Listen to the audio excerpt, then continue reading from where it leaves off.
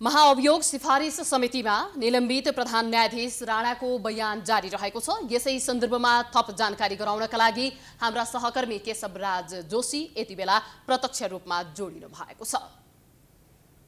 महाभियोग सिफारिस समितिको बैठक बसिरहेको छ संसदीय सचिवालयमा, संसद सचिवालयको काठघरमा र यतिखेर निलम्बित प्रधान न्यायाधीश चोलेन्द्र शमशेर जबरा सांसदहरूका समितिका सदस्यहरूका प्रश्नको जवाफ दिइरहनु भएको छ। के भइरहेको छ भित्र विस्तृतमा बुझ्नका लागि यतिखेर हामीमाझ विस्तृत जानकारी दिनका निमित्त नेपाली कांग्रेसका सचेतक र समिति सदस्य मिन विश्वकर्मा हुनुहुन्छ। नमस्कार, स्वागत छ यहाँलाई। धन्यवाद। नमस्कार।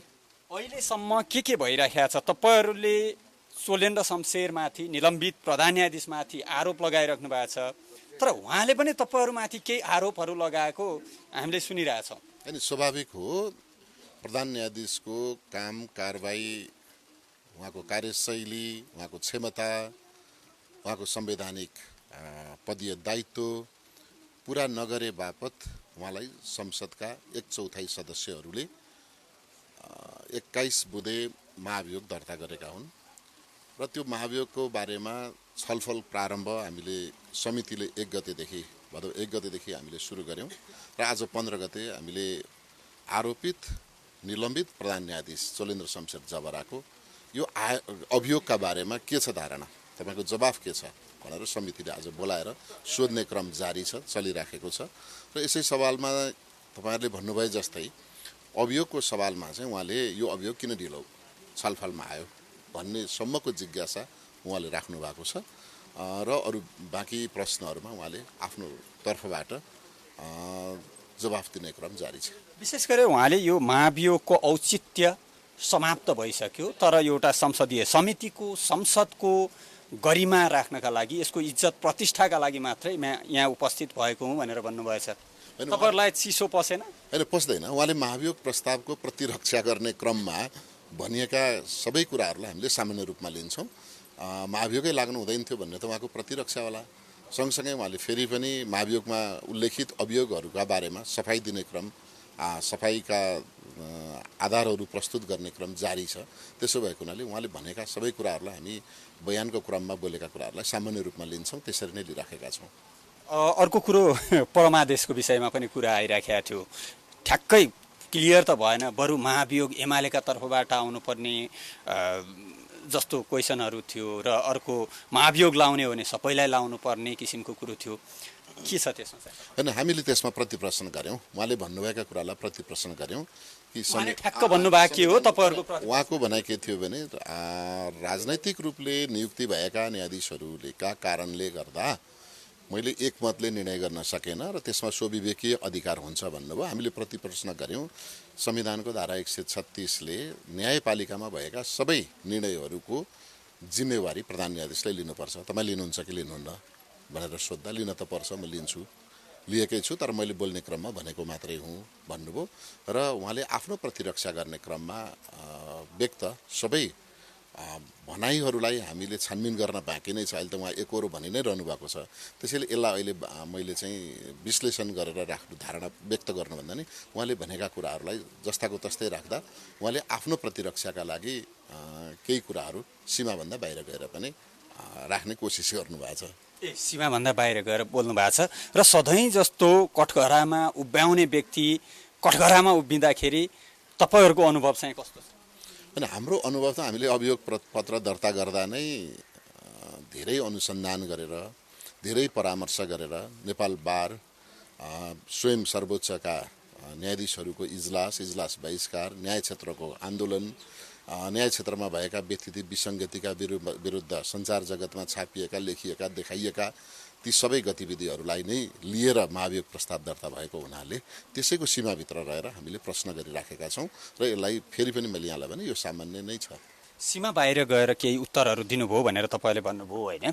त्यो सीमा बाहिर गएका केही एउटा दुईटा उदाहरण मैले अहिले नै भने संविधानको व्यवस्थाले न्यायपालिकाभित्र भएका सबै गतिविधिहरूको, सबै फैसलाहरूको, सबै निर्णयहरूको, काम कारबाहीहरूको जिम्मेवारी प्रधान न्यायाधीशले लिनुपर्नेमा उहाँले अरूको टाउकोमा थुपार्न खोजेको जस्तो देखिनु नै सीमा बाहिर गयो भने मैले त्यही केही भनेको छु, यही नै हो। केहीमा एउटा मात्रै पर्यो। अनि अर्को कुरो, तपाईँहरूले यो जुन समय सीमा, समय तालिका तोक्नु भएको छ, यो समय तालिकाभित्र जे जति कागजातहरू फेला परेका छन्, अहिलेसम्म डकुमेन्टहरू जति तपाईँहरूले चाहिँ जम्मा गर्नुभएको छ, त्यो अध्ययन गर्न पनि समय नपुग्ने भएर समय थप्नुपर्ने भन्ने कुरो आइराखेको छ। अनि समय चाहिँ थप्नु पर्दैन, तर हाम्रो कार्यतालिका परिमार्जन गर्ने कि भन्ने अहिले सदस्यहरूको राय व्यक्त भएको छ। कार्यतालिकालाई हामीले हेरफेर गर्ने, परिमार्जन गर्ने, समितिलाई दिएको 3 महिनाको चाहिँ कार्य प्रारम्भ गरेको मितिले 3 महिना र आवश्यक परे थप 1 महिना थप्न सक्ने व्यवस्था छ। तर हामी 3 महिनाभित्र सक्छौँ। 3 महिनामा पनि चुनावको घोषणा भइसकेको, संसदका अधिकांश सांसदहरू चाहिँ निर्वाचन क्षेत्रमा जानुपर्ने कार्यव्यस्तताको कारणले भनेर छोटो कार्यतालिका बनाएका थियौँ। तर प्राप्त कागजातहरूको अध्ययन गर्नका लागि र यो प्रधान न्यायाधीश जस्तो गरिमामय उच्च पदस्थ व्यक्तिको बारेमा महाभियोग लागेको छ, त्यो महाभियोगलाई चाहिँ हामीले छिटो छरितो गर्ने नाममा हचुवाको भरमा निर्णयमा नपुगौँ, गहिरो अध्ययन गरौँ, विज्ञहरूको परामर्श लियौँ, सरकारवालाहरूको राय पनि लियौँ भन्ने राय आएको छ। त्यो रायलाई हामीले स्वीकार गर्न बित्तिकै कार्यतालिकामा केही न केही परिमार्जन हुने देखिन्छ। अनि अर्को कुरो, तपाईँहरू गठबन्धनको सिट बाँडफाँडको गठबन्धनका दलहरू अन्तिम तयारीमा रहनु भएको छ। तपाईँहरूले सिट बाँडफाँड गरिसकेपछि व्यक्ति पनि तोक्नु होला, क्षेत्र तोक्नु होला, होइन? त्यसपछि त चुनाव अझ राम्रोसँग लाग्छ, अहिले नै लागिसकेका छ। अन्य दलहरू पनि त्यही तयारीमा छन्। तपाईँहरूले यो टुङ्गोमा पुर्याउन सक्नु होला, त्यो आत्मविश्वास छ? किनभने तपाईँहरू गाउँ गाउँ दौडिनु पर्नेछ। यहाँले राख्नुभएको जिज्ञासासँग मेरो पनि सहमति छ। हामी आफै पनि चिन्तित छौँ यसमा। हाम्रो दलगत कार्य जिम्मेवारी, संसदीय भूमिका र यो समितिको भूमिका, 3टा भूमिकालाई सन्तुलित ढङ्गबाट लिएर गएर आफ्नो जिम्मेवारी पुरा गर्ने कुरामा हामी चिन्तित छौँ। त्यही चिन्तामा रहेर नै हामीले यसलाई कसरी सकिन्छ भन्ने बारेमा सरसल्लाह पनि गरिराखेका छौँ। दलको पनि राय लिन्छौँ, नेताहरूको पनि राय लिन्छौँ, संसदको पनि सभामुखसँग पनि राय लिन्छौँ र हामी सकभर यसलाई निष्कर्षमा पुर्याउने र टुङ्गोमा पुग्ने नै छौँ। तपाईँहरू महत्त्वपूर्ण विषयको फैसलाको सङ्घारमा हुनुहुन्छ, त्यो सिलसिलामा हुनुहुन्छ। प्रतिपक्ष र सत्तापक्षको रङ्ग देखिन्छ कि यहाँ त्यो भेद छुट्टिएर एउटै भएर तपाईँहरू चाहिँ जानुहुन्छ? यो फैसला संसदमा पनि देखिएको छैन, किनभने हामीले सिफारिस समितिमा सर्वसम्मत नाम ल्यायौँ। सर्वसम्मत सिफारिस महाभियोग दर्ता गर्दा त एमालेलाई तपाईँहरूले जानकारीसम्म सुईकोसम्म दिनु भएन? होइन, महाभियोग प्रस्ताव दर्ता गर्ने भन्ने कुरा त हल्ला गरेर नै हुँदैन, यो त सल्लाह गरेर हुने हो। एमालेको सहमति बिना, एमालेको भोटिङ बिना त पास गर्न दर्ता भइसकेपछि प्रमुख प्रतिपक्षी दल वा बहुमत जुटाउनका लागि गरिने प्रयास दलहरूका बिचमा हुने नै छ। तर अहिले चाहिँ संसदभित्र पनि सिफारिस समिति भन्दा हामीले सर्वसम्मत बनायौँ र यो बैठक पनि सर्वसम्मत ढङ्गले अगाडि चलिराखेको छ। बहुमत अल्पमतले पास गरेका छैनौँ, यो हाम्रो चौथो बैठक हो। त्यसो भएको हुनाले आगामी आज व्यक्त रायका आधारमा पनि हामी सर्वसम्मत निष्कर्षमा र टुङ्गोमा पुग्छौँ। अहिलेसम्मका बैठकहरूको निचोड चाहिँ अहिलेसम्म, यद्यपि महत्त्वपूर्ण आज तपाईँहरू बयान लिँदै हुनुहुन्छ, उहाँको अहिलेसम्मको के हो? हामी टुङ्गोमा पुर्याउने समितिको भित्री धारणा छ, हामी पुर्याउँछौँ। त्यसका लागि सबै सदस्यहरूको सर्वसम्मत भूमिका हुन्छ भन्ने लाग्छ।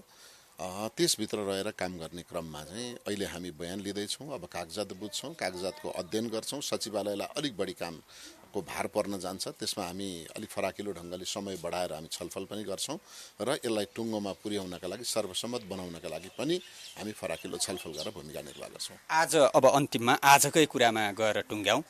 64वटा प्रश्न छन्, होइन? तपाईँहरूका 43वटा सोध्ने भनेर तयारी गर्नुभएको छ र 21वटा नेपाल बार एसोसिएसनका प्रश्नहरू। यो 64वटै प्रश्न आजै सकिन्छ कि अलिकति बाँकी राख्नुहुन्छ? आज सकिन्छ जस्तो लाग्दैन, किनभने प्रति प्रश्न सुरु भयो। एकहोरो स्पष्टीकरण मात्रै दिने भनेको भए सायद सकिन्थ्यो होला, तर प्रत्येक प्रश्नमा अस्पष्ट हुनसाथ मान्य सदस्यहरूले स्पष्टीकरण सोध्न थाल्नु भएको हुनाले आज सकिन्छ जस्तो मलाई लाग्दैन। लिखित जवाफ चाहिँ कहिले? आजै आउँछ? होइन, लिखित जवाफ उहाँले ल्याउनु भएको होला, अन्तिममा बुझाउन पनि सक्नुहुन्छ, अहिले भन्नुभएको छैन। मौखिक जवाफ दिइसकेपछि मैले लिखित पनि ल्याएको छु भनेर बुझाउनु भयो भने बुझ्ने कुरा हुन्छ, होइन भने हामी लिखित जवाफ पनि माग्न सक्छौँ। अहिलेसम्मको उहाँको हाउभाउ, उहाँको प्रश्नलाई लिने तरिका, होइन, त्यो सङ्केतबाट पनि धेरै कुराहरू थाहा हुन्छ नि। उहाँको बोल्ने तरिकाहरू सबै थोक हेर्दाखेरि के लागिरहेछ तपाईँलाई? यसो मनोविज्ञानमा उहाँ अत्यन्तै कम्फर्टेबल फिल गर्नुभएको छ हामीले पनि प्रश्न अत्यन्तै कम्फर्टेबल तरिकाले सोधेका छौँ। यो कम्फर्टेबल भन्ने एकदमै तपाईँहरूलाई आरोप लाग्यो, शब्द त्यही ठ्याक्क लिएर होइन, कम्फर्टेबल भनेको चाहिँ प्रश्न सोद्धाखेरि एग्रेसिभ नहुने होइन, हामीले पनि एग्रेसिभ तरिकाले सोधेका छैनौँ, उहाँले पनि त्यसको एग्रेसिभ जवाफ दिनुभएको छैन भनेको प्रश्न होइन। प्रश्न सुन्दा उहाँलाई पनि त्यस्तो आपत्तिजनक लागेको छैन र उहाँको जवाफ सुन्दा हामीले आपत्ति व्यक्त गरेका छैनौँ भनेको सोध्ने र स्पष्टीकरण दिनेका बिचमा त्यति तिक्तता छैन। हार्दिकताका साथ सबै कुराहरू प्रश्न उत्तरहरू भइराखेका छन्, त्यसैले मैले वातावरण कम्फर्टेबल छ भने हो। हस्, यो महत्त्वपूर्ण समयका लागि धेरै धेरै हस्, धन्यवाद यहाँहरू सबैलाई। हस्, धन्यवाद। दर्शकबिन्दु, हुनुहुन्थ्यो नेपाली काङ्ग्रेसका सचेतक मीनबहादुर विश्वकर्मा, जो अहिले प्रधान न्यायाधीशसँग भित्र के भइरहेको छ, समितिका सदस्यहरूले के कस्ता प्रश्नहरू गरिराख्नु भएको छ र प्रधान न्यायाधीश, निलम्बित प्रधान न्यायाधीश चोलेन्द्र शमशेर राणाले के कस्तो उत्तर दिइरहनु भएको छ, कसरी प्रस्तुत हुनुभएको छ समितिमा भन्ने कुराको जानकारी प्रत्यक्ष रूपमा हामीलाई गराइरहनु भएको थियो। यो समितिका अन्य निर्णयहरू कसरी अगाडि बढ्छन्, अन्य प्रक्रियाहरू, अन्य गतिविधिहरू कसरी अगाडि बढ्छन्, त्यसतर्फ पनि हाम्रो निरन्तर नजर रहने नै छ र अन्य सामाजिक, आर्थिक, राजनैतिक विषयमा पनि हामी निरन्तर यसै गरी तपाईँहरूलाई तीव्र रूपले विश्वसनीय ढङ्गले सूचना प्रवाह गर्ने नै छौँ। अहिलेका लागि भने थप सूचना, समाचार र सन्देशका लागि यहाँहरूको ध्यान हाम्रो केन्द्रीय स्टुडियोतर्फ केन्द्रित गर्दछु।